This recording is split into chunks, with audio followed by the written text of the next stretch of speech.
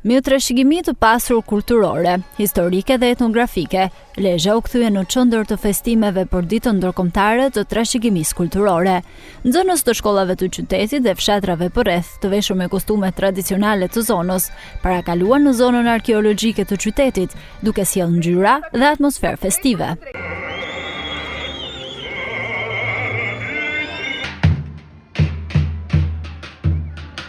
Më pas nxënësit u ndalën pranë monumentit të Gjergj Kastriot Skënderbeut, ku u mbajt edhe aktiviteti promovues, i cili vuri në pa vlerat historike, kulturore dhe turistike që ofron Lezhë.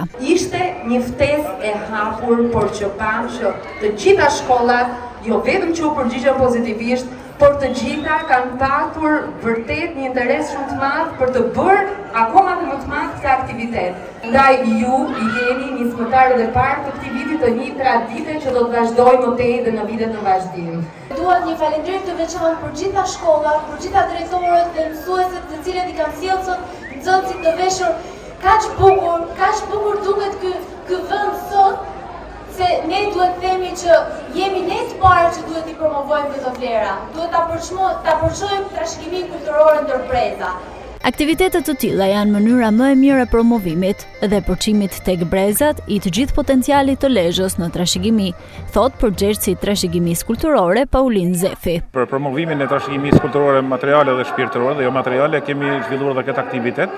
Sot ka qenë ditë e ngarkuar me shumë aktivitete nga ana jonë si Bashkia e Lirës, veçanërisht Drejtoria e Kulturës dhe Trashëgimisë Kulturore.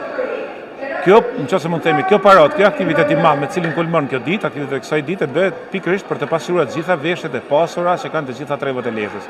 Pra gjitha veshjet që përfshin 6 veshjet kryesore që përfshin brenda territorit të Bashkisë Lezhë ka 6 areale etnokulturore të ndryshme. Ky aktivitet jo vetëm që solli në vëmendje trashëgiminë e pasur kulturore të Lezhës, por shërbeu edhe si një nismë e rëndësishme për promovimin e qytetit si një destinacion kulturor me vlera historike, traditë të ruajtur dhe identitet të fortë kombëtar.